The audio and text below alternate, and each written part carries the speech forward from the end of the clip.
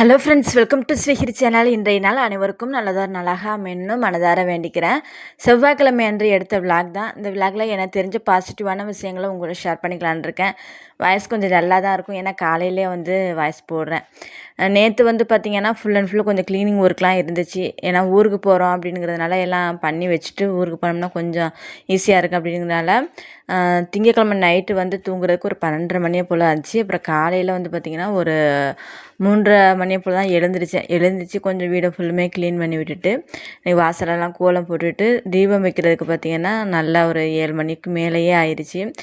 எப்போதும் போல் பார்த்திங்கன்னா துளசி மாடத்தெலாம் நல்லா க்ளீன் பண்ணி விட்டுட்டு அப்படியே அங்கேயே கோலம்லாம் போட்டு ஏன்னா கொஞ்சம் டைம் ஆயிடுச்சு அப்படிங்கிறதுனால எல்லாமே செஞ்சு வச்சுட்டு தான் உங்களுக்கு வீடியோ கவர் பண்ணேன். பூக்கள் இன்றைக்கி செம்பருத்தி பார்த்திங்கன்னா ஒரு 2-3 பூக்கள் பூத்திருந்தது. வீட்டு வாசலுக்கு முன்னாடி இந்த செம்பருத்தி பூ இருக்கிறது அவ்வளோ ஒரு பாசிட்டிவ் எனர்ஜி நல்லா கொடுக்குது நம்ம வீட்டுக்குமே.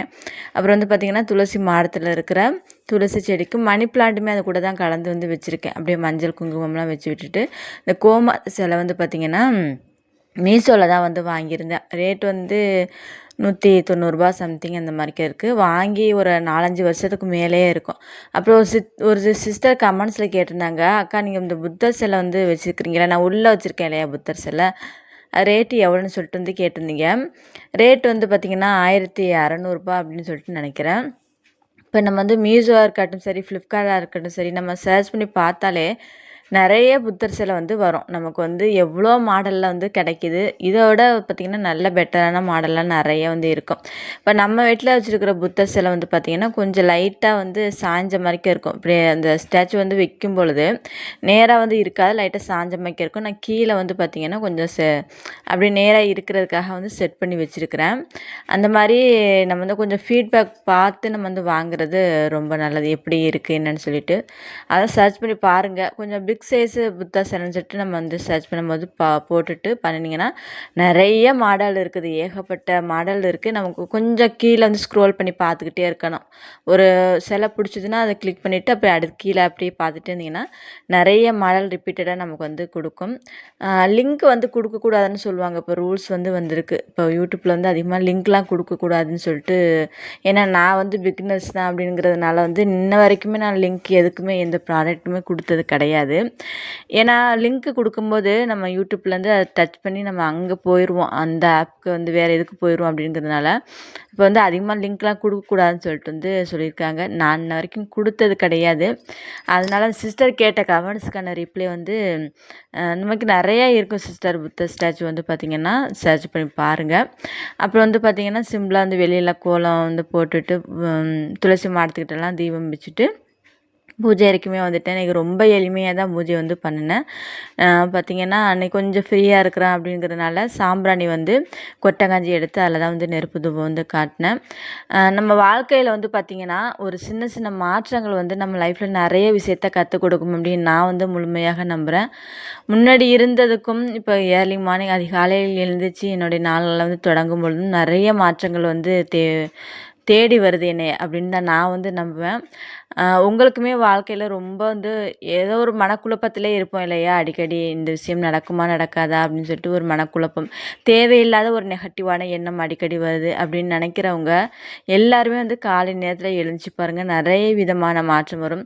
நம்ம லைஃப்பில் ஒரு முன்னேற்றம் வரணும் அப்படின்னா நம்ம நினச்சா மட்டும்தான் அதை உருவாக்க முடியும், வேறு யாராலுமே உருவாக்க முடியாது அப்படின்னு நான் நம்புவேன். ஏன்னா ஒரு சந்தோஷமான சூழ்நிலை இருந்தாலும் சரி, கஷ்டமான விஷயங்கள் இருந்தாலும் சரி, அது நம்ம தான் கடந்து போகணும். நம்மளுடைய வாழ்க்கையை நம்ம தான் வாழணும். அப்படிங்கிற பொழுது நல்ல நல்ல விஷயங்களாக நம்ம லைஃப்பில் தேடி வரணும். நமக்கான ஒரு என்ன சொல்ல, நம்ம லைஃப்பில் நல்ல ஒரு உயர்ந்த நிலைக்கு போகணும் அப்படின்னு நினைக்கிறவங்க காலை நேரத்தில் தேர்ந்தெடுத்து உங்களுக்கு பிடிச்ச மாதிரியான விஷயங்கள், என்ன விஷயங்கள் இருந்தாலும் சரி, அது வேலை சம்மந்தமான விஷயங்கள் இருந்தாலும் சரி, இல்லை மனசு எனக்கு கொஞ்சம் குழப்பமாக இருக்குது அப்படின்னு சொல்லிட்டு நீங்கள் நினச்சாலும் சரி, காலை நேரத்தில் தீபம் வச்சுட்டு ஒரு மெடிடேஷன் இருக்கட்டும் சரி, தியானமும் நமக்கு பிடிச்ச மாதிரியான வேலைகளை காலை நேரத்தில் செஞ்சு பாருங்கள். நிறைய விதமான நல்ல நல்ல விஷயங்கள் தொடர்ந்து நம்மளை தேடிகிட்டே வரும். நம்ம லைஃப்பில் எதை நம்ம தேடி போய்கிட்டு இருக்கோமோ அது கண்டிப்பாக நமக்கு வரும். அதனால தான் சொல்லுவாங்க, எண்ணங்கள் பார்த்திங்கன்னா நமக்கு கரெக்டாக இருக்கணும். நம்ம எண்ணக்கூடிய எண்ணங்களுக்கு அவ்வளோ ஒரு சக்தி இருக்குது. நம்ம நல்லது நினச்சோம்னா கண்டிப்பாக நல்லது தான் நடக்கும் அப்படின்னு நான் வந்து எப்போதுமே நம்புவேன். அதனால் முடிஞ்ச அளவுக்கு நம்மளோட எண்ணங்களை எப்போதுமே வந்து கொஞ்சம் பாசிட்டிவான வைப்ரேஷனோடு வச்சுக்கிறது ரொம்ப ரொம்ப நல்லது. என்னோடய விலாகில் எப்போதுமே உங்கள் கூட வந்து நான் ஷேர் பண்ணுற ஒரு விஷயம் என்னென்னு பார்த்தீங்கன்னா, இந்த காலை நேரத்தில் எழுந்திக்கும் பொழுது நல்ல விதமான நிறைய விஷயங்கள் நமக்கு வந்து நம்மளை வந்து தேடி வரும். தேவையில்லாத நெகட்டிவான விஷயங்களை நம்மளை வந்து அடிக்கடி வந்து என்ன சொல்கிறதுனா பெரிய அளவில் நம்ம வந்து கஷ்டமாக நினைக்க மாட்டோம். காலையிலே வந்து பார்த்திங்கன்னா சிம்பிளாக பூஜை வேலைகள்லாம் முடிச்சுட்டு அப்படியே வந்து கொஞ்சம் அன்றைக்கி வந்து முருகன் துதி பாடல் வந்து பாடலாம்னு சொல்லிட்டு மனசுக்கு ஏதோ கொஞ்சம் நெருளாக இருந்துச்சு. அது பாடலாம் பாடும்பொழுது மனசுக்கு வந்து ஏதோ ஒரு சந்தோஷத்தை வந்து கொடுத்த மாதிரியான ஃபீல் ஆகும். முருகருடைய பேரை நம்ம சொன்னாலே போதும், எல்லா விதமான சந்தோஷங்களுமே தேடி வரும் அப்படின்னு வந்து நான் வந்து நம்புவேன். காலையில் சிம்பிளாக பூஜை வேலைகள்லாம் முடிச்சுட்டு மாடியில் வந்து கொஞ்சம் பூக்கெல்லாம் எடுத்துடலாம் அப்படின்னு சொல்லிட்டு வந்து பார்த்திங்கன்னா, எவ்வளோ பூக்கள் இருந்தாலும் சரி, நான் வச்சுக்கிறது 2-3 செடி தான் இருந்தாலும் அதிலேருந்து பூக்கள் வந்து பறிக்கிறது எனக்கு வந்து ரொம்ப ரொம்ப ஒரு சந்தோஷத்தை கொடுக்கும். இந்த செம்பருத்தி பிங்க் கலர் செம்பருத்தி முன்னாடி அப்படியே குச்சி மட்டும் தான் இருந்துச்சு. அந்த உரம் போட்ட பிறகு வந்து பார்த்திங்கன்னா இப்போ நல்லா நிறையா வந்து மொட்டுக்கெல்லாம் விட்டு டெய்லிக்கும் ஓரளவுக்கு ஒரு 2-3 பூவாவது வந்து பூத்துருது. பாப்பாவுமே இன்றைக்கி வந்து என் கூட வந்து வந்துருச்சு, கொஞ்சம் நானுமே எடுக்கிறேன்னு சொல்லிட்டு. இந்த மல்லிகைப்பூ செடியெல்லாம் உள்ளேயே வந்து பார்த்திங்கன்னா நல்லா நிறையா வந்து பூத்துருக்கு. அது எனக்கு தெரியவே இல்லை. அப்படியே இது வந்து ஊசி மல்லின்னு சொல்லுவாங்க இல்லையா, உள்ளுக்குள்ளேயே வந்து பார்த்திங்கன்னா நிறையா வந்து வச்சுருந்துருக்கு. நல்லா டீப்பாக வந்து போய் பார்த்தோம்னா வந்து தெரிஞ்சுது. அதுவுமே கொஞ்சம் எடுத்துகிட்டு அப்புறம் வந்து பார்த்திங்கன்னா கொஞ்சம் குண்டு மல்லியுமே இருந்துச்சு. குண்டு மல்லி வந்து பார்த்திங்கன்னா நல்லா வந்து மொட்டுக்கெல்லாம் நிறையா வந்து வைக்குது. அதுமாரி வந்து பார்த்திங்கன்னா 2-3 பூக்கள்லாம் வந்து கொஞ்சம் மலர்ந்துச்சு. அதுவுமே பாப்பா வந்து எடுத்துட்டாங்க. நம்ம லைஃப்பில் வந்து பார்த்திங்கன்னா இந்த மாதிரி சின்ன சின்ன விஷயங்கள் நம்மளை சுற்றி ஒரு பாசிட்டிவான விஷயங்களை எப்போதுமே வச்சுக்கணும். அது லைஃப்பில் நமக்கு வந்து ஒரு சின்ன ஒரு சந்தோஷத்தை வந்து கொடுக்கும். அதனால தான் என்னால் முடிஞ்ச அளவுக்கு வந்து மாடியில் ஒரு 2-3 செடிகள்லாம் வச்சு காலை நேரத்தில் அவங்க கூட நான் வந்து எப்போதுமே டைம் வந்து ஸ்பெண்ட் பண்ணிக்கிட்டு இருக்கிறது. அப்புறம் இந்த சைடு வந்து பார்த்திங்கன்னா உருளைக்கு பூக்கள் எடுத்துகிட்டு வந்திருந்தேன் இல்லையா, அது அப்படியே வந்து உருளைக்குள்ளேயுமே வந்து வச்சுக்கிட்டேன். நம்ம வீட்டு பக்கத்தில் கொஞ்சம் செவ்வரில் இருந்துச்சு, அதையுமே இதையும் சேர்த்து வந்து பார்த்திங்கன்னா உருளையில் வந்து சிம்பிளாக வந்து பூக்கெல்லாம் வந்து வச்சு விட்டுட்டேன். அப்புறம் வந்து பார்த்திங்கன்னா ஒரு சிஸ்டர் வந்து கமெண்ட்ஸில் கேட்டிருந்தீங்க இல்லையா, நீங்கள் யூஸ் பண்ணுற வாஷிங் மிஷின் வந்து சொல்லுங்கள் சொல்லி. இது வந்து பார்த்திங்கன்னா ஃப்ரண்ட் லோடு தான். ஃப்ரண்ட் லோடு வந்து ஓரளவுக்கு நல்லா சூப்பராக வந்து க்ளீன் பண்ணி கொடுக்கும். ட்ரெஸ்ஸெல்லாம் வந்து பார்த்திங்கன்னா ஓரளவுக்கு பார்த்திங்கன்னா ரொம்ப அழுக்கு போட்டாலுமே நான் வந்து ரொம்ப அழுக்காக இருந்துச்சுன்னா கொஞ்சம் நான் கையில் அலசி விட்டுட்டு தான் வந்து போடுறது. அப்புறம் இதில் இருக்கிற மைனஸ் பாயிண்ட் என்னென்னு பார்த்தீங்கன்னா, நம்ம வந்து அழுக்கு துணியை போட்டுட்டு ஒரு டைம் வந்து க்ளோஸ் பண்ணிட்டோம்னு வச்சுக்கோங்களேன், ரிப்பீட்டடாக நம்ம வந்து அதை ஓப்பன் பண்ணவே முடியாது. அது சுற்றி வந்து ஒரு 15 நிமிஷம் வந்து ஓடி முடித்த பிறகு தான் வந்து நம்ம எடுத்துகிட்டு அடுத்த ஒரு 2-3 துணி இருக்குது நம்ம போடலான்னு சொல்லிட்டு வந்து போட்டாலுமே போட முடியாது. இதே டாப் லோடாக இருந்தாலும் ஓடிட்டே இருக்கும் போதே வந்து டாப் லோடு இன்ன வரைக்கும் நான் யூஸ் பண்ணலாம் தான் கிடையாது. டாப் லோடு வந்து நம்ம ஓடிட்டு இருக்கும்போதே போடலாம்னு சொல்லிட்டு வந்து சொல்லுவாங்க. இது ஃப்ரண்ட் லோடில் ஒரு மைனஸ்ன்னு பார்த்திங்கன்னா இதுதான் அப்படின்னு நான் வந்து சொல்லுவேன். இது வந்து பார்த்திங்கன்னா தம்பி பிறந்த பிறகு ஆப்ரேஷன் எனக்கு வந்து பண்ணியிருந்தாங்க. அப்போ வந்து துணி துவைக்கலாம் ரொம்ப சிரமமாக இருக்குது அப்படிங்கிறதுனால தம்பி பிறந்த பிறகு வந்து வாங்கினது. மேக்ஸிமம் இந்த வாஷிங் மிஷின்லாம் அதிகமாக வந்து நான் விரும்ப மாட்டேன். பாப்பா வயிற்றில் இருக்கும்போது கூட ஃபுல் அண்ட் ஃபுல் எல்லாமே நான் கையில் தான் வந்து துவைச்சி போடுறது. கையில் துவைச்சி போடுறது தான் எனக்கு வந்து பிடிக்கும்.